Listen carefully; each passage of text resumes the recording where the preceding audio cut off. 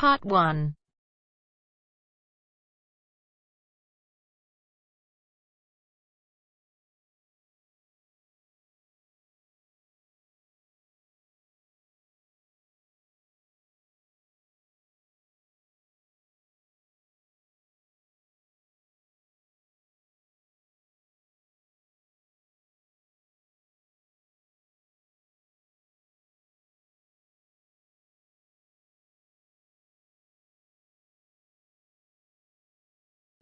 You'll hear a head teacher and a teacher discussing a school camping trip.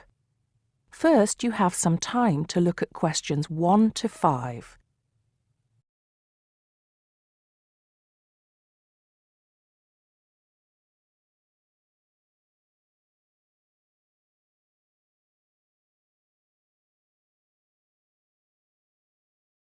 Listen carefully and answer questions 1 to 5. Good morning, Mr. Thompson. Can I speak to you for a moment? Of course, Jamie. Come in. Have a seat. I've just finished looking through the reports for this term. It looks like the pupils are doing very well. Yes, I think they are. It's all going fine. So, Jamie, what's on your mind? Well, I've been thinking about next month's camping trip, the one for Year 10. Yes, we've got it scheduled for the 23rd to the 26th, if I'm not mistaken. Actually, I think it's the 24th to the 27th. Let's just check. Oh, right. Yes, you're right. So... Well, I've been thinking about how we might possibly make this year's event even better than last year's. Not that last year's wasn't great, but... Suggestions for improvement are always welcome, Jamie. So, what have you been thinking about? Well, to tell the truth, I wasn't completely happy with the camp we used last year. It was rather small, and I didn't feel that the grounds were particularly well kept. Go on. I did some searching, and I think I found the perfect spot. It's called Shepton Meadows, and... Is that the campsite in the Lake District? No, actually it's just outside Carlisle. It's a huge site, and it's on a lovely lake, Lake Brant, I believe it's called. Half the site is forested, and the rest, the actual camping area, is grassy. For kids that rarely get to see anything more than concrete, it's ideal. And the facilities are amazing. There's a basketball court, a large pool, and a football pitch. There are well-marked trails through the forest for hiking, and the lake is there for swimming and other water sports. I believe there's even a lifeguard service. That sounds like it might suit our purposes perfectly. Did you happen to find out about availability and cost? Yes, as a matter of fact, I did. I called them yesterday evening, and there are plenty of spots available. And because we're a non-profit organisation, they said they would give me a reduction in the price. If I remember correctly, we paid £5 a head last year. Yes, per night, right? Yes, each child paid £10 for the 2 nights. Well, at this campsite, it's only £4 per night. And they told me that if we had over 50 children, which we do, they could give us a further 10% off. That's very reasonable, isn't it? Well, from what you've told me, I think we should probably go ahead and book. Excellent. I'm sure the children will love it. I'm sure they will. Before you hear the rest of the conversation, you have some time to look at questions 6 to 10.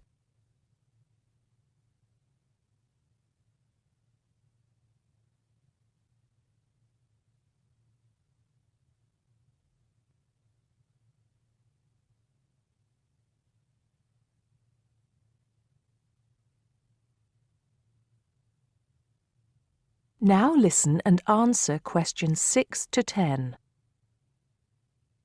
Now, Jamie, have you given any thought to an itinerary by any chance? As a matter of fact, I have. Wait 1 second. Yes, here it is. I've made a few notes.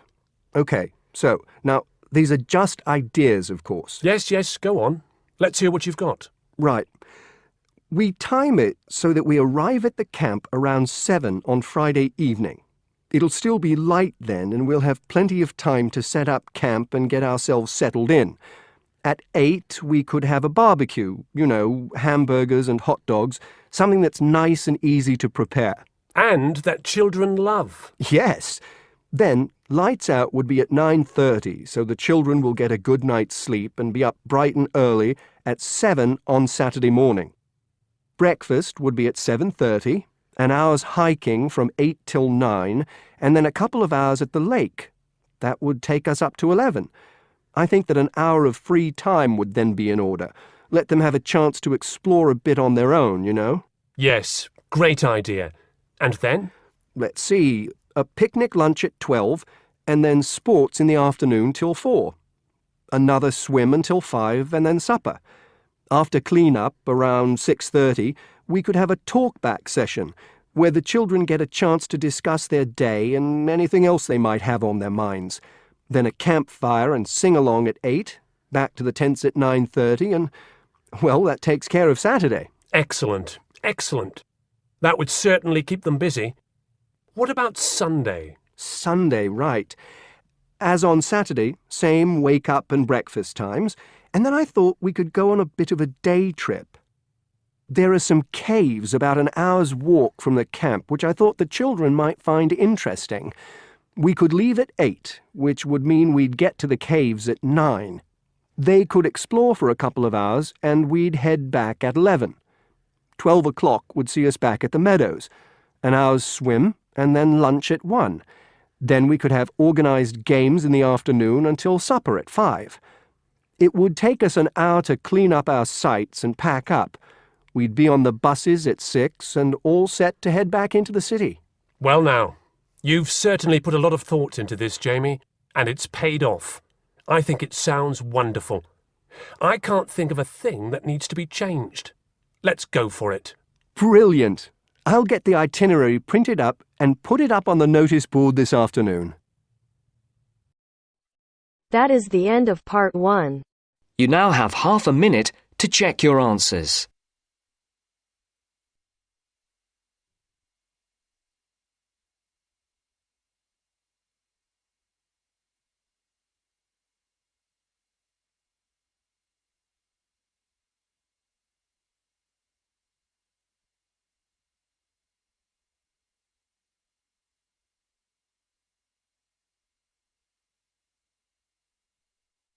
Now turns to part 2. Part 2.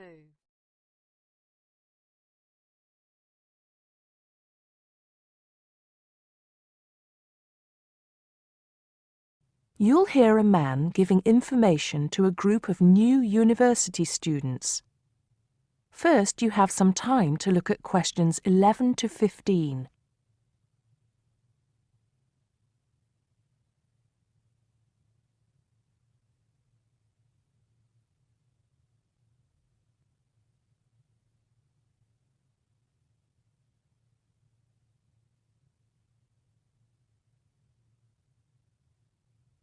Now listen carefully and answer questions 11 to 15. Good morning, University of Radstock students, and thank you for coming out today. As some of you may already know, my name is Scott Barnes, and I am the director of the Student Services Office here at the university. I'm here today to give you some information about what Student Services has to offer you. To begin with, let me just say that I feel that our office will play an important role in the way that all of you will experience your time here at Radstock as students. Primarily, our center is geared towards providing answers to any questions you may have. Because all of our reception staff are currently enrolled as students at Radstock, we feel that we're in an excellent position to deal with any issues you may face during your time here at the university. As I said earlier, the Student Services Office is mainly a place where you can have your queries answered. However, the office is more than that. For example, if you come and visit us, you can pick up your student discount cards. Now, with these cards, which come at no additional cost to you, you can take advantage of reductions of up to 40% on all forms of public transport in the city. In addition, the cards are honored at many shops and restaurants in the area, giving you the chance to save up to 35% off food, beverages, and other purchases. Our office is also the place you should visit if you would like to get involved in any of the 30 different clubs and societies available at Radstock. Come in any time between 10 and 3 on weekdays and sign up to become a member of the university choir or orchestra, the drama or debating club, the university trivia team. The list goes on and on. For new students, I cannot stress enough how vital it is to participate in the non-academic side of university life. Yes, we are here to work hard and do our best at our studies, but student life is also about having fun and meeting like-minded people. So, bearing that in mind, make sure that you get involved and enjoy yourselves. Before you hear the rest of the talk, you have some time to look at questions 16 to 20.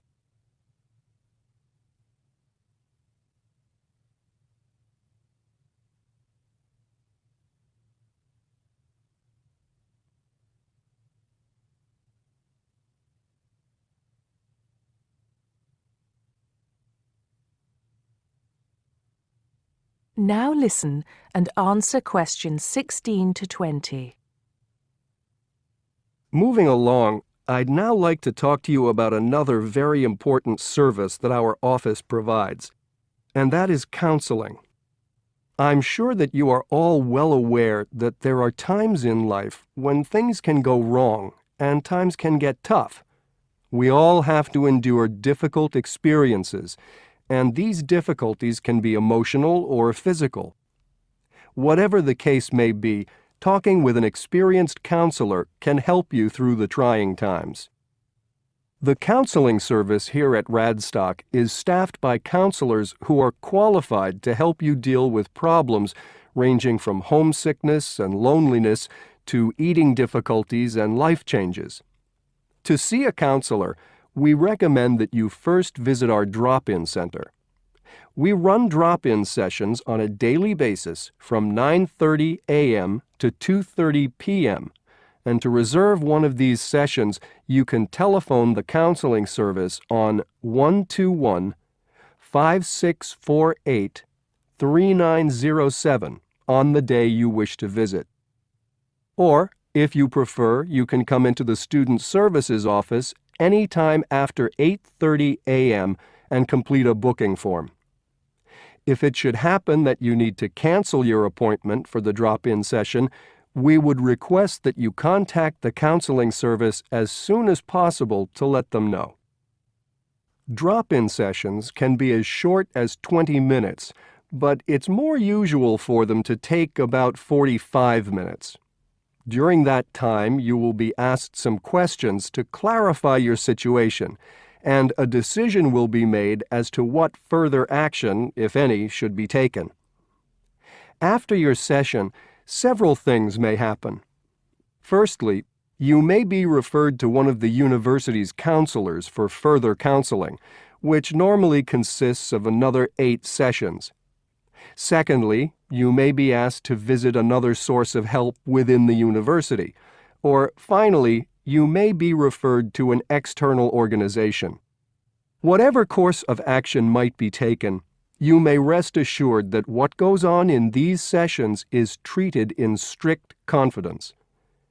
I'd also like to mention that the counseling service runs numerous workshops on the campus every year. The focus of these workshops tends to be on personal development, and past topics have included motivation, self-identity, and impression management. There is no fee charged for these workshops, and if you require more information, feel free to contact us at stuser@acadia.co.uk. That is the end of part 2. You now have half a minute to check your answers.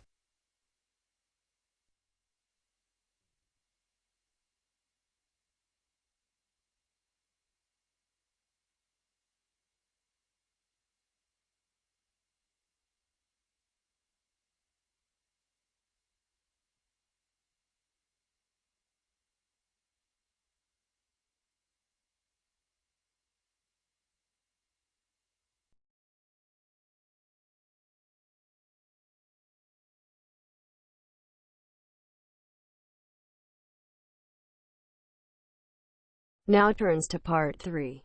Part 3.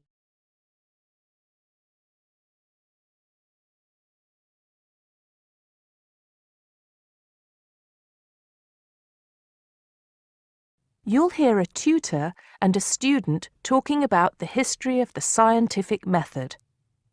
First, you have some time to look at questions 21 to 25.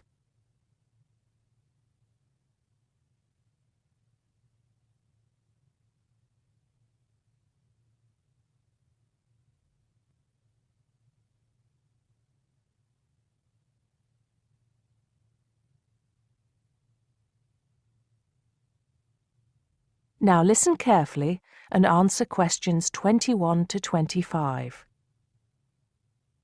Hello, Simon. Come in. Take a seat. Now, I wanted to talk to you about your assignment. Yes, the one on the scientific method. That's right. I just wanted to see how you were getting on. Well, I think it's fine.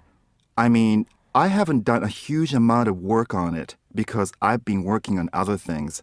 But what I've read so far seems fine. How many of the references that I gave you have you managed to get hold of? Not too many, I'm afraid. It seems that everyone else is working on the same things at the same time. And every time I look, the books are checked out from the library. Right. Well, I think that we can go over the main ground together now. That way, even if you don't manage to go through all the references in detail, you'll still have an overview.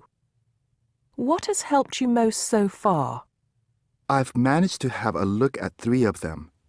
I thought that Johnson made some good points, but it was hard to follow the line of her argument.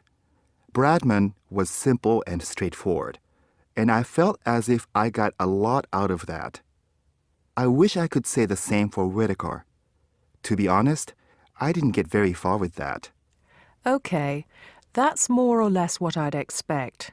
So tell me, what have you learned so far about the role of the Egyptians and the Babylonians? Yes.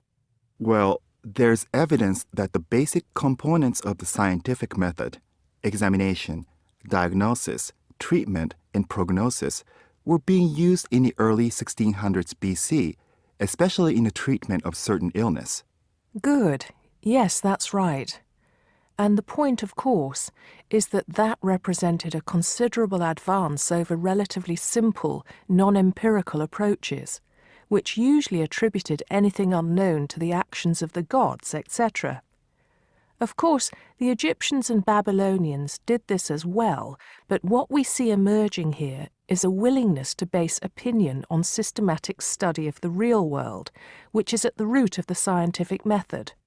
I see. Right, yes. And then that reappears later.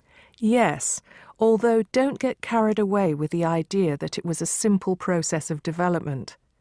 By the time we get to ancient Greece, let's take the period towards the middle of the 5th century BC, the rules governing the scientific method were practiced on a widespread scale, but there were still many people who believed that real truth could only be acquired by pure rational thought. Plato, of course, had a great influence on the development of the scientific method during this period. Through his academy. That's right. But then, as we know, a great deal of understanding of the scientific method disappeared as the old world order collapsed. It wasn't until the Middle Ages, sometime before the 11th century, that several versions of the scientific method emerged from the medieval Muslim world, all of which stressed the importance of experimentation in science. Right. I think I've got the historical timeline. Before you hear the rest of the conversation, you have some time to look at questions 26 to 30.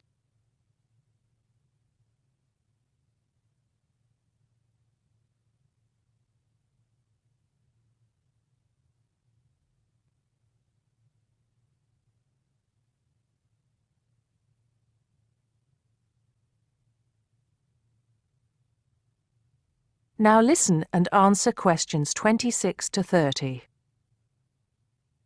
The other thing I'm struggling with slightly is actually pinning down precisely what we mean by the scientific method. I wonder if you could give me some pointers on that. Sure. Well, it's best to think of the scientific method as a series of steps in a process which allows us to find answers to questions about the world around us. So the first step is to identify the problem. What is it that you want to know or explain? And then I think the next step is designing an experiment. But you can't design an experiment unless you know what you want your experiment to tell you. Oh, yes. You need to form a hypothesis to be tested before you design the experiment. So there's a very clear relationship between hypothesis and experiment. Having designed the experiment, then of course you go on to carry out the experiment.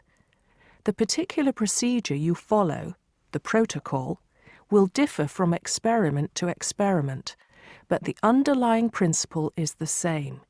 You analyze the data from the experiment in order to confirm or disprove your hypothesis. Assuming the experiment is accurate. Oh yes, if there's anything unusual about the data, or if the results are at all surprising, then you need to ask yourself whether the experiment could be flawed and whether the data could be unreliable.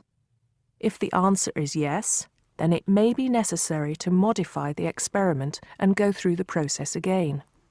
So, once you have reliable, valid results, Then the final step is to communicate them. The wider scientific community needs to know about the results, and publication in journals is the accepted way. okay, I think I've got the basics. It's going to get more complicated as we begin to look at some people who have criticized the scientific method. So you need to make sure that you understand things up to this point. Let me know if you have any further problems with it.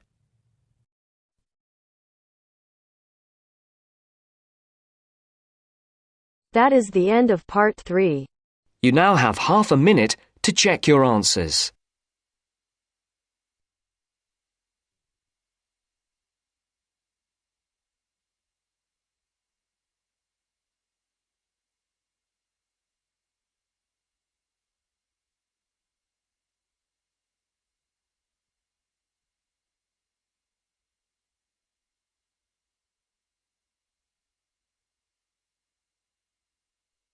Now turns to part 4.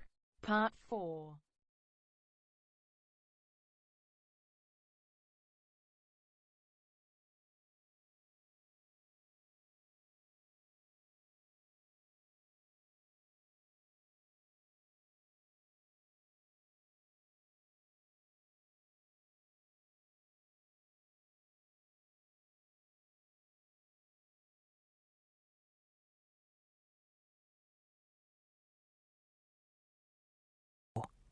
You'll hear a teacher talking about several British art galleries.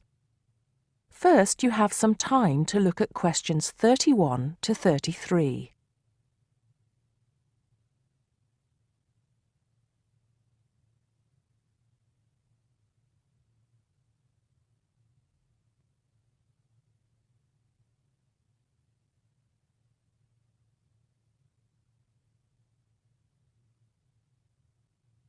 Now listen carefully and answer questions 31 to 33. Good afternoon. Welcome to the first class of V100 Art and History. The objectives of the course, as you will have seen if you've taken a look at the syllabus, include familiarizing yourselves with the vocabulary and language of art, learning about the basic elements of art and design, and finally, discussing historical periods as they pertain to art. The course will also give you the opportunity to visit some of the many galleries and museums that Britain has to offer. So, having said that, I'd like to spend the rest of today's class talking about 4 of the more important galleries that we will be visiting in the coming year. As most of you already know, or at least I hope most of you know, there are 4 Tate galleries in all. To begin, I'd like to tell you a little bit about the Tate Modern. Tate Modern is located in a very busy part of London called the South Bank. It's close to two world-renowned tourist attractions, St. Paul's Cathedral and Shakespeare's Globe Theatre.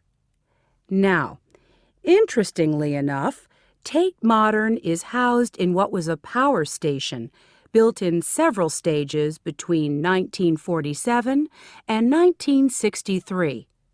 It was closed down in 1981 and reopened as a gallery in the year 2000. Tate Modern consists of 5 levels, with the Tate collection being shown on the 3rd and 5th levels. On level 2, the works of contemporary artists are exhibited, while level 4 is used for holding large temporary exhibitions. Since this museum opened, it has become a popular spot for both Londoners and tourists alike. And believe it or not, it doesn't cost anything to get in to see the collection displays. Before you hear the rest of the talk, you have some time to look at questions 34 to 40.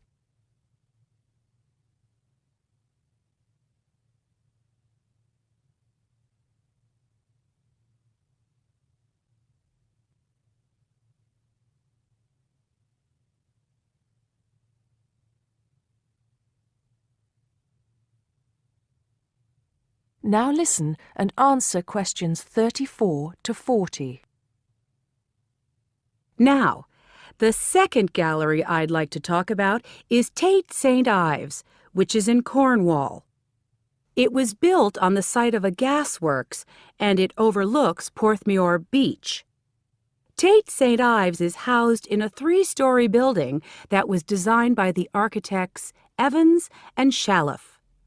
It was established in 1993, 7 years before Tate Modern was opened, and the gallery exhibits the works of modern British artists, including members of the St. Ives School, a group of artists living and working in the area from the 30s onwards.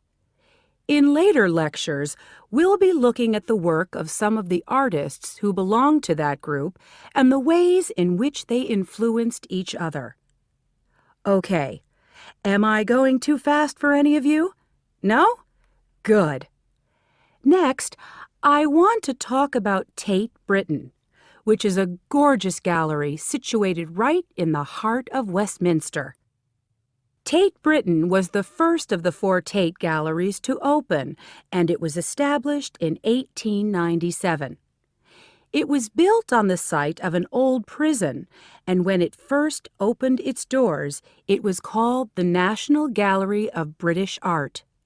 Later, it became known as the Tate Gallery, after the man who founded it, Sir Henry Tate. During its lifetime, Tate Britain has been damaged twice, once by floodwaters from the River Thames, and once by bombings during World War II. This gallery has an interesting range of exhibitions of historic and modern art from 1500 up to the present day. Now, the last gallery I'd like to tell you about is called Tate Liverpool. It's not hard to figure out where this gallery is located, is it? It was opened in 1988 to exhibit displays from the Tate collection, and it also has a program of temporary exhibitions. Tate Liverpool is housed in what was once a warehouse, and for some years it was one of the biggest galleries of modern and contemporary art in the UK. Well, that's a brief overview of just a few of the galleries we'll be visiting. I'd like now to look in a little more detail at what you can expect to see in each of these galleries, starting with Tate Britain. That is the end of part 4. You now have half a minute to check your answers.